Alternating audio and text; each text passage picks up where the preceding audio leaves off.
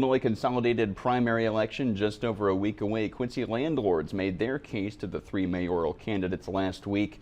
Members of the Quincy Landlords Rental Association welcomed incumbent Mayor Mike Trope and fellow candidates Dan Brink and Linda Moore to their quarterly discussion.